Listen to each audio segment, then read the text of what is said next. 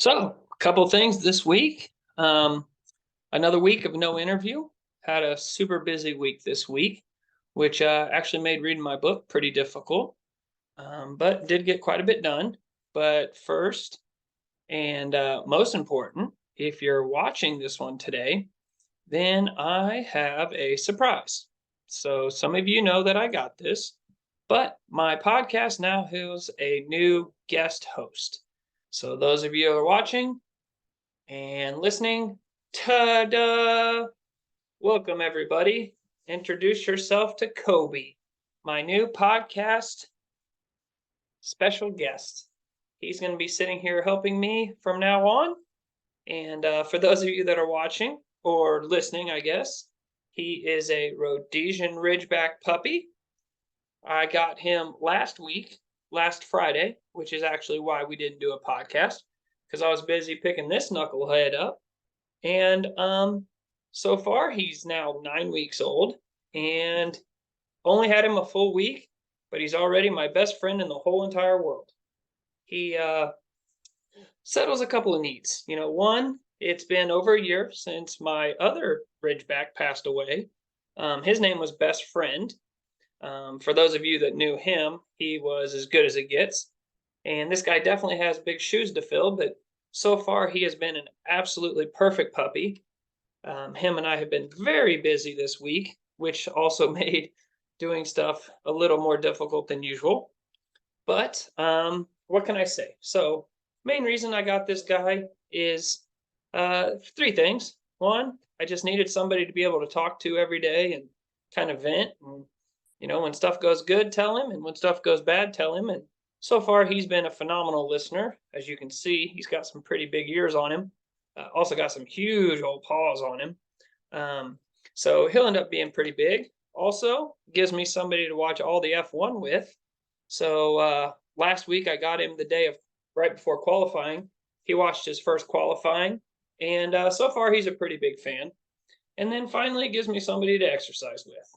So far he's got a really small step, and his stamina is lacking a little bit, but he'll build it up, and then I'll have somebody to work out with. So really looking forward to that. And like I said, he'll be a new guest host of the show. So for those of you that watch, you'll see updates each week. He won't always be able to sit on me. Right now, he's only about 12, 13 pounds, something like that. But my last boy was 130 pounds.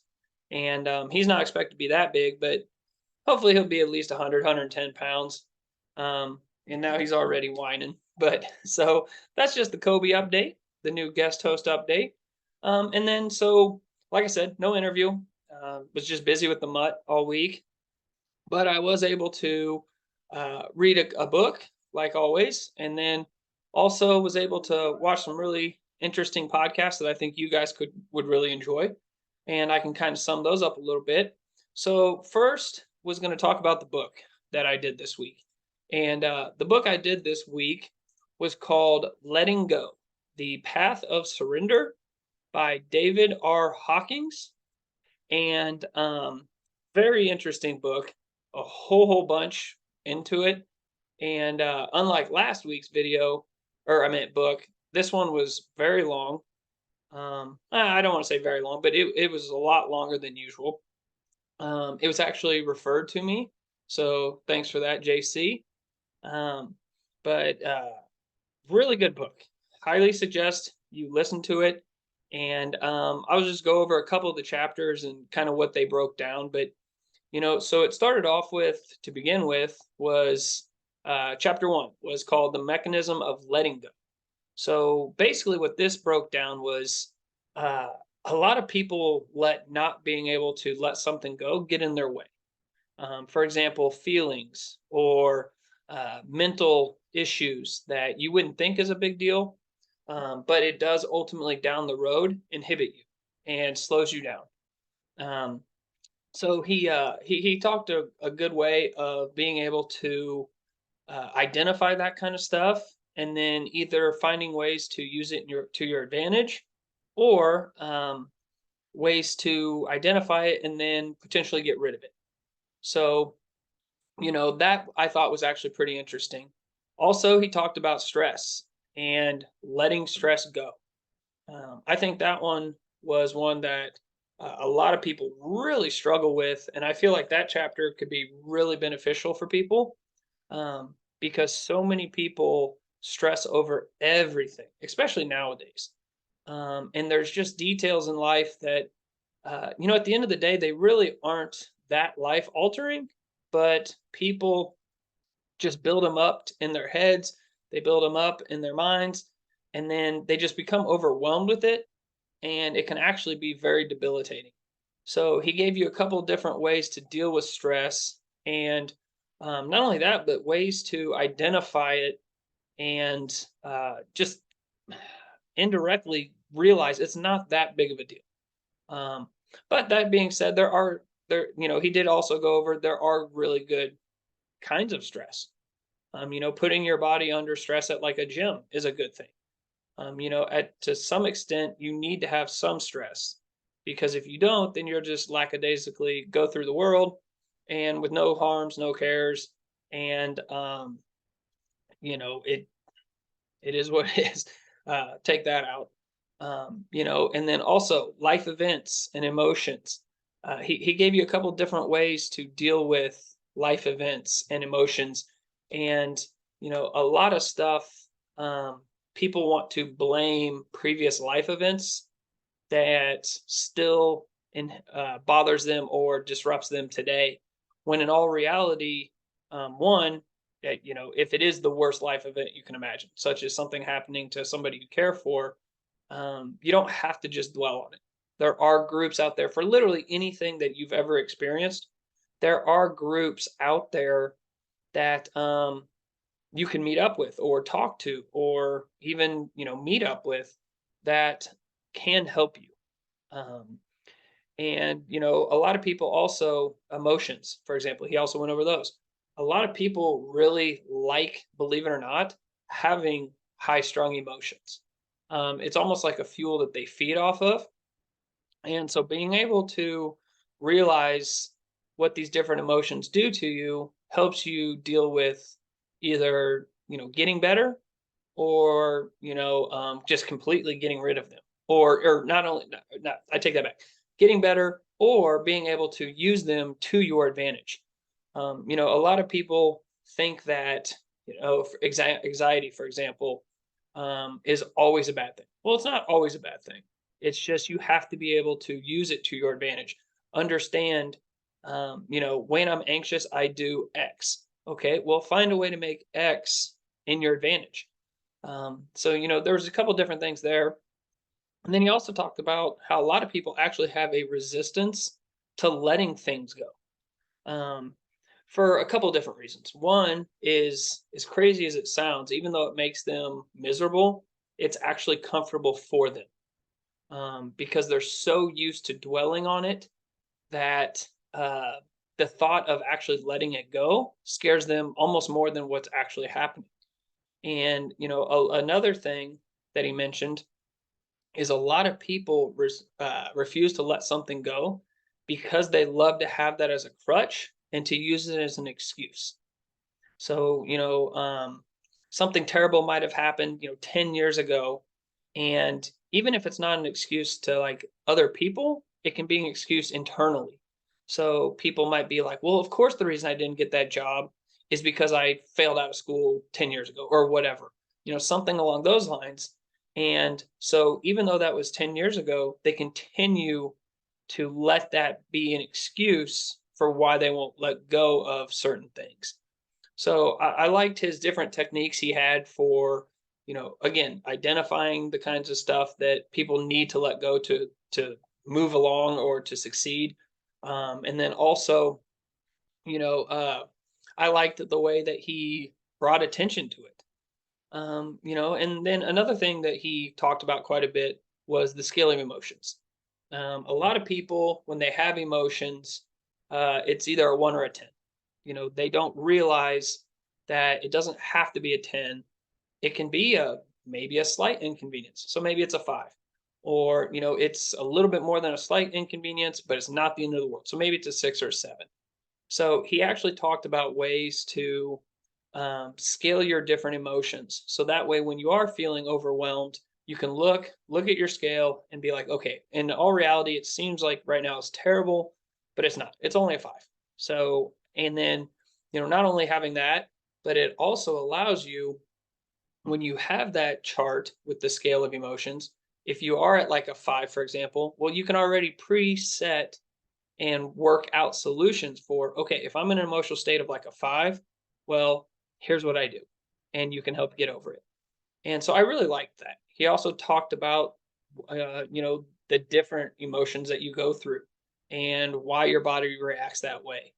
And, another thing that he talked about quite a bit was I can't versus I won't.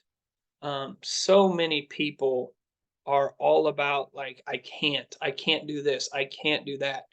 And part of the reason why I really struck a chord with this one was obviously this flashes back to, you guessed it, Kobe, not this Kobe, the other Kobe. He talked a lot about I can't versus I won't and excuses. Um, so much, and like this guy said, so many things that people say they can, they just won't. It's just and then the different reasons for why people won't do something. Ultimately, basically, what it comes down to is it's just not important enough to them. In most cases. Now, obviously, that's not every case on why somebody won't do something. But a real popular one, for example, is weight loss. Okay, so many people talk about how I can't lose weight. Well, you can, you just won't. Eat better, exercise. It's not that complicated as far as how the body works. For example, if a body takes in 1,000 calories and burns 1,200, you're going to lose weight. If a body takes in 3,000 calories and burns 1,200, you're going to gain weight. It really is as simple as that in most cases. Obviously, there are extreme exceptions, such as medications that add weight or, certain things like that, like an injury. But, a perfect example, just kind of put that in. 2 weeks ago, or when I started this book, actually, it was one of those that I haven't worked out and I can't tell you how long, because of my neck and just felt terrible. Well, one, obviously in pain and all that, but just don't feel good about anything, right? And so I went and weighed myself for the first time in quite a while. Couldn't tell you last time. And also, because I'm not working out like I wanted to, I decided, well, if I'm not going to eat right, I might as well not, or I meant not work out, I might as well not eat right either. Because, I like pizza, I like ice cream, that kind of stuff. So I weighed myself in and I actually weighed the most I've ever weighed. And my body fat now is substantially more than it usually is. And so, last week I decided, you know what, if it hurts, it hurts, but just find a way to push through it.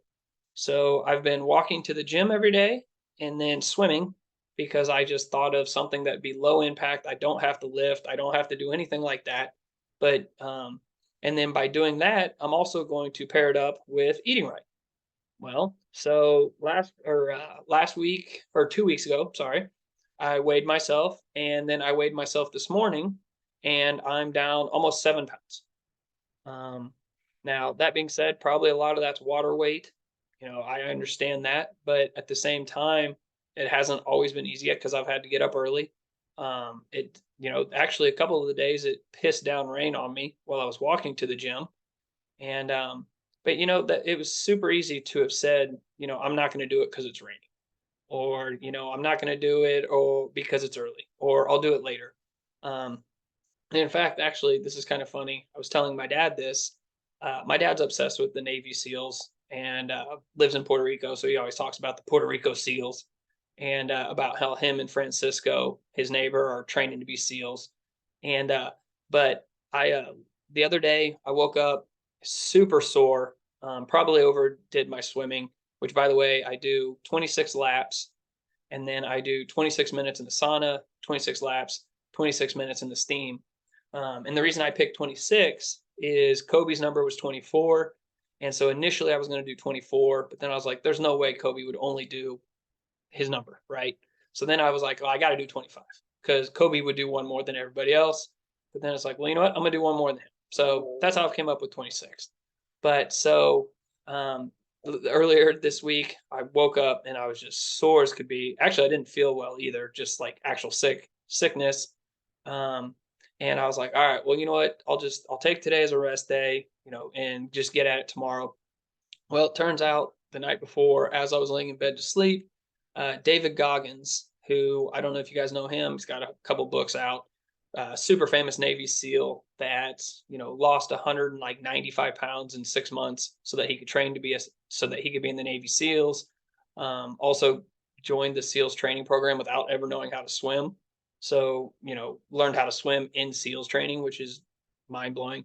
But he's a real big motivational speaker, and I literally the night before watched just a clip of him on TikTok where he said the biggest difference between successful people and Navy SEALs and you are they do it when they don't want to. And he said you will never find a Navy SEAL that doesn't get a job done because they didn't feel like it. If they don't get it done, it'll be because it was impossible to do. And so literally as I was laying there in my bed, super sore, super tired, and literally looking out the window, seeing it just pissing down rain, I was like, you know what? Dadgummit. If I hadn't heard that TikTok, I probably would have taken it off. So put my stuff on, walked over to the gym, walked in, looked like I'd already been in the pool because I was so wet from all that, and then got it in. And then obviously, as soon as I got home, felt like $1,000,000, went on with my day. So that's a real good case of can't versus won't. And then, also when I read this one, it did remind me of another clip where Kobe was on with the guys from Barstool Sports. And they literally were talking about all this different stuff of like, well, I can't run this fast and I can't jump this fast. And, that's the reason why you're successful in this and this and this. And they said, so what would you say to somebody like that? And Kobe said, to be honest with you, man, all I heard was nothing but excuses. If you're not tall enough to be able to dunk and stuff like that in the NBA, then be the best dribbler in the world. Like, be the best passer, be this, be that. And like, I've always really loved that clip, and I can actually try and post it in the links because it's awesome. It's just they're excuses. So I can't versus I won't was a real big part of this book, and I really like that. Blame was also a real big part of this book. So many people want to blame why they aren't successful or why they can't be successful on somebody else instead of just ultimately saying, you know what, if I want to be more successful, I need to work hard. So I really like that. He went over quite a bit on grief and how to handle grief and how to prevent grief and, actually allowing grief to take place because there are events that you need to be able to accept grief. Um, and then, being able to handle that. And then also he had fear, talked about fear and how fear scares a lot of people away from taking chances. And one of the things I really liked about the fear chapter was he talked about how often people are scared of something that at the end of the day doesn't really matter. And then also, when people think of fear, they very, very seldom think of, well, what happens if that doesn't happen? So, for example, he talked about fear of public speaking. That's one of literally the largest fears of the general public, other than the fear of a loved one. And, he said people are so nervous of, well, what if I get up and, I sound like an idiot? Or what if I get up and I stutter? Or what if I get up and do this? And what if I get up and I forget everything I was supposed to say? And, they literally become overwhelmed with it versus where, very seldom do people get up and they say, okay, I don't like to speak in public, but what if I get up and give literally the best speech these people have ever heard? And now this opens up opportunities I didn't even know were there. But, so many people are so focused on what scares them versus the positive side of an outcome.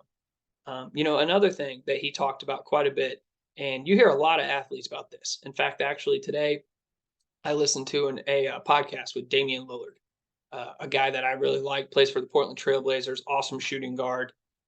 In fact, actually came from small school. and now he's one of literally the best to play the game. And they asked him about Dame time.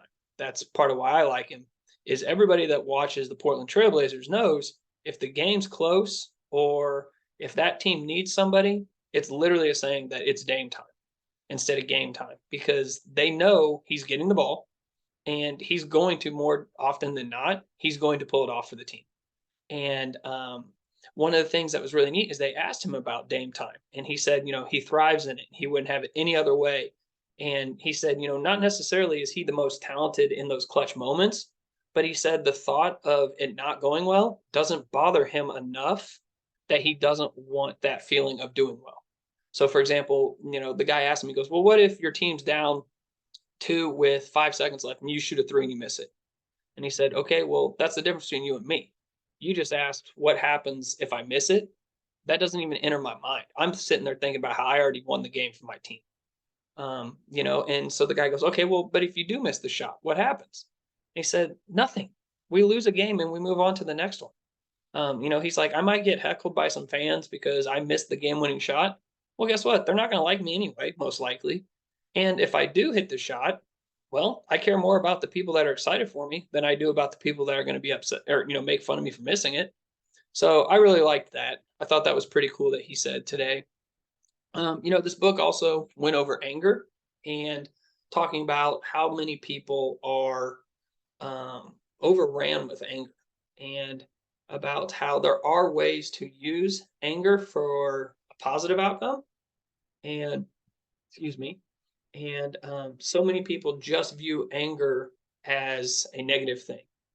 And the main reason why that happens is typically when you're angry, you fail to use good judgment or you fail to think of stuff rationally. And so what he said is basically there are ways to use that anger, use it rationally, basically do breathing exercises to kind of channel it a little. So the positive examples that he gave is like if you were at a gym, for example, people get angry and then hit a harder lift. Or, if you have to lift a car off someone, for example, well, get angry like, oh my gosh, and you can lift it. So there are different ways to do that. A couple other things that he really went over. He talked about pride and how much pride really does get in people's way. But at the same time, humility can be considered part of pride.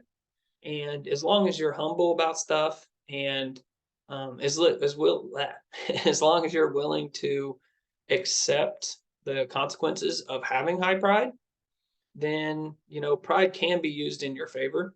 I do know that the Bible says pride comes before the fall, so there's make sure to remember that. Courage was another thing he touched on a lot in this book, and the courage to let go of stuff, which again is kind of up close towards the sorry, the different emotions and the resentment, and letting that kind of stuff go, because that oh damn it, I lost my train of thought, y'all. Oops. That was courage, acceptance, love, peace. He also went over a bunch of different ways to reduce stress, and then also one of the things that I really liked in this book.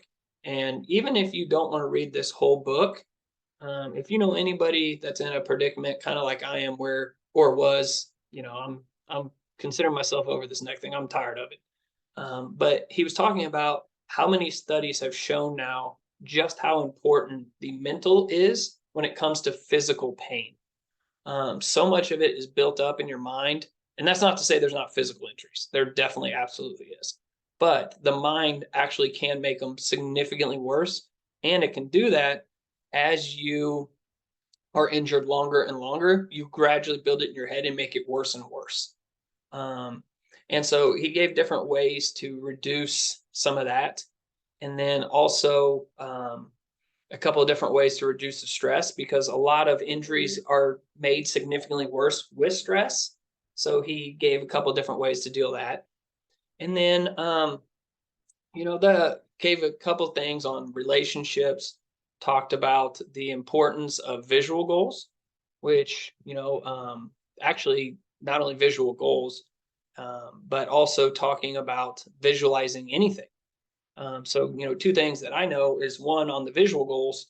I read Think and Get Rich by Napoleon Hill earlier this year, and he actually has it where you write down something visually, and then every day when you wake up, brush your teeth, you read it, and then when you go to bed, you read it. And I actually have mine written down in my bathroom. So anytime I go to the bathroom, I read that to myself.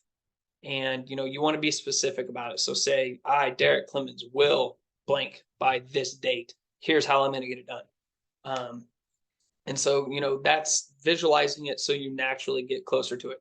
The other thing is I think it's easier in sports to visualize stuff because when I used to play golf, I would always visualize my shot, and visualize where I wanted the ball to land, visualize how I wanted my swing to look, visualize, the different things that could get in the way. So that way, when you get up to it, you just go. There's no thinking to it. There's no extra stress added to it because you've already been there. So it's just a matter of just repeating the process. And then let's see what else he's got. But so basically, that was all from the book. There's quite a bit more stuff in the book, but those were kind of the main things I took from it. And then also, so the podcasts that I was able to look at this week and kind of go over a little bit. Let's see here. Sitting here looking at it. Oh boy. One podcast that I think everybody should give it a listen to is the Pivot Podcast by it has Ryan Clark, Fred Taylor, and Channing Crowder. They started it over 100 episodes ago. They actually had their 100 episode anniversary, if you will, like 2 weeks ago. But they have really cool athletes on, or stars of different things, entrepreneurs. They have some really cool people on. But this week they actually had Deion Sanders on, Coach Prime, and how are you going to go against Prime? Everything that dude does is awesome. The guy's a winner. It's ridiculously how like advanced he is in winning, if that's even a thing. But he talked about a couple of different things. So he made a lot of noise this last off season because he went to HSBC college, Jackson State, and brought him out of nowhere. Basically, made it to the national championship or in that division, and then they ended up losing. But his kid played for him. He actually benched his kid, which is a pretty crazy story. He addressed that a little bit. But then after going there, he left and went to Colorado, and he took a bunch of the studs with him. And so it took a bunch of heat because he said, that his ultimate goal was to bring attention to those smaller schools, get the elite athletes, if you will, because no athlete that's the number one recruit in the country wants to go to some small school that gets no exposure, doesn't increase their likelihood of making it to the NFL, when they can go to like an Alabama or something like that. Well, so he went there, brought all that attention to it, and then literally, a year later, he goes to a whole new school that's now one of those big schools and takes the studs with him. So it was really cool to listen to him talk about his thought process behind that and why he made the transition he did. And the guy's an unbelievable leader, which was really cool because he gave multiple stories on different ways that he leads. So, for example, one of the things he said, and I mentioned his son earlier, his son's one of the absolute stars on their team. He has a rule that if you're late, you don't play. And to him, he said, late is 15 minutes early. Because he said, if I have a 7 o'clock meeting and your butt is not in that seat at 6:45, and I start that meeting at 7:53 because I'm ready to go, you're late. And that's disrespectful to me. It's disrespectful to your teammates, your coworkers, whoever it is, because being late ultimately just shows you think you're more important than everybody else. So he had that rule that if you're late, you don't play. And he said his son literally showed up right as the meeting was starting. And he told him, he said, hey, you need to pay attention to this because it will make you better. But at the same time, you're not playing. So just whatever you learn today, just move it forward. And it really shocked a lot of people because I feel like a lot of leaders have exceptions for the quote stars, if you will, of the team or the star employee that they try and say, the rules apply to everybody, but they don't, kind of deal where they did to him. And So he talked about that. He also talked about that as far as from a leadership standpoint, I thought was awesome was how everybody needs to be treated differently, um, or not necessarily everybody needs to be treated differently, but there's different ways to treat everybody. So, for example, he talked about when he was growing up, his mom had three jobs, so she never saw him play high school basketball. She never saw him play high school football, and she never saw him play high school baseball. He was actually drafted by the Kansas City Royals. He was All American in football and in basketball. Mom never saw him because she was working, but she knew that's what she had to do so that he could go and do the things he wanted to do so that he could be great. And then his dad didn't come because he was busy working. His stepdad, he said, did make it to some games. But so the reason why he told that was he said when he got up to the pros or when he decided to be a coach, he wasn't one of those guys that needed to have somebody there telling him, good job, or I'm proud of you, or, hey, keep going, buddy, that kind of stuff. He said, I don't need it because it came internally. But he said there are other people that there's no way they could do that. They need to know that they have the support of their family or their friends or their coaches. They need to hear that and they need it every day. And so he said, part of coaching, or in this case, being a manager, is finding out which one of the people do need somebody to give them that daily affirmation of, hey, great job today. And then also, the type of people that don't need that, kind of stay out of the way because in some ways it can upset them. So I thought that was kind of neat. And then the final thing from that podcast that was really cool is earlier this off season, it was noticed that he had three of his toes amputated. And so they mentioned that he was coming in and he was limping into the podcast.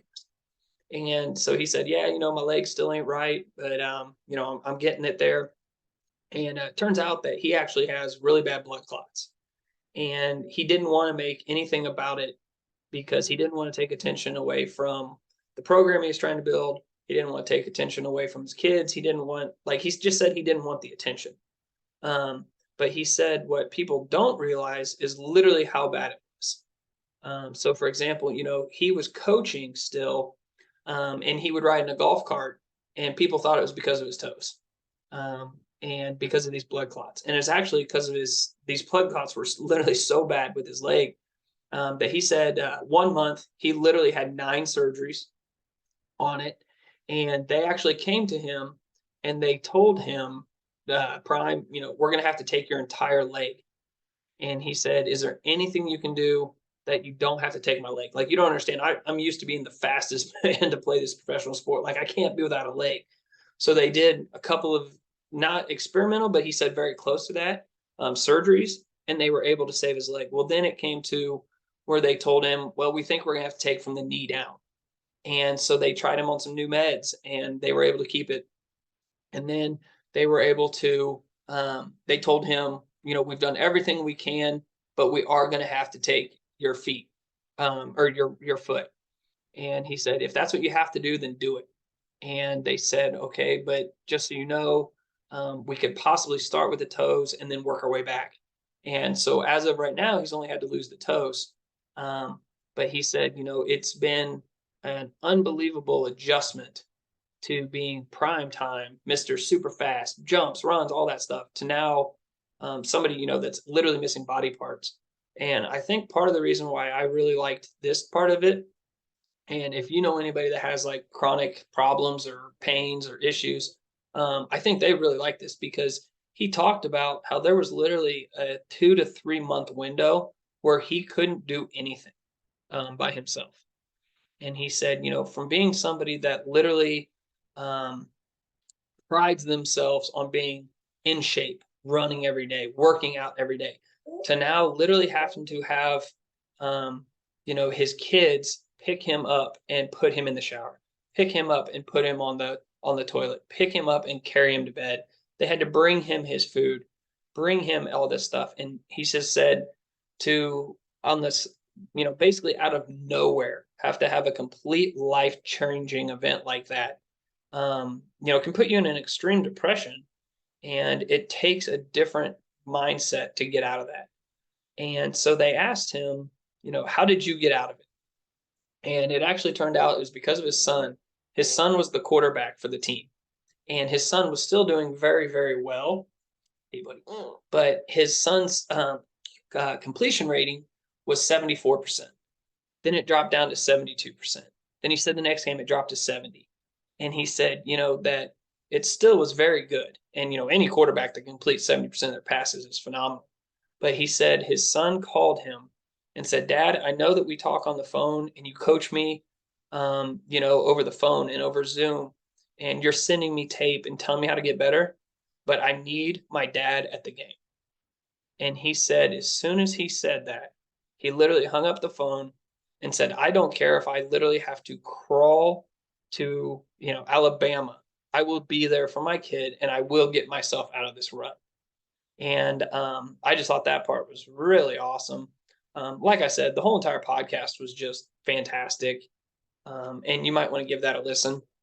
Another one that was really cool that I listened to this week was a question and answer with Ricky Gervais at Oxford. He gave a speech to their students, and it was really cool. He talked about how much the world has changed and how frustrating it can be if you let it. And I definitely know that's something I struggle with, and I'm sure a lot of you guys do too.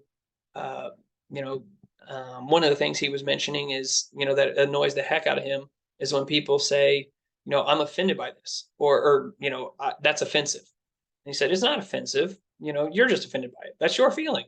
And, for as much as you're, quote, offended by it, there's other people that love it.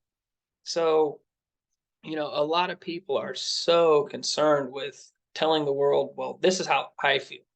And indirectly, he kind of said, who cares? Um, he's sick and tired of the small, very limited number of people getting to run everything. And so I really liked that. And the thing he said was, as long as his family and friends like him, he really genuinely does not care if he upsets people, as long as he's talking about what's true to him. And so I feel like a lot more people nowadays would be better off if they stuck to their guns more. And people these days, it seems like, are so worried about making this person upset, or they're so worried about upsetting this, or not doing the right thing, or like, at the end of the day, as long as your friends and family still care about you, you got to stick to your guns. And that's basically the week, in a nutshell. Um, like I said, wasn't able to do a whole bunch because I had this new guy. And believe it or not, as awesome as he is, he's a lot of work already. But absolutely will be worth it. Thank you guys again for listening this week. And actually got the first interview coming up. So hope you're excited for that. And have a great weekend.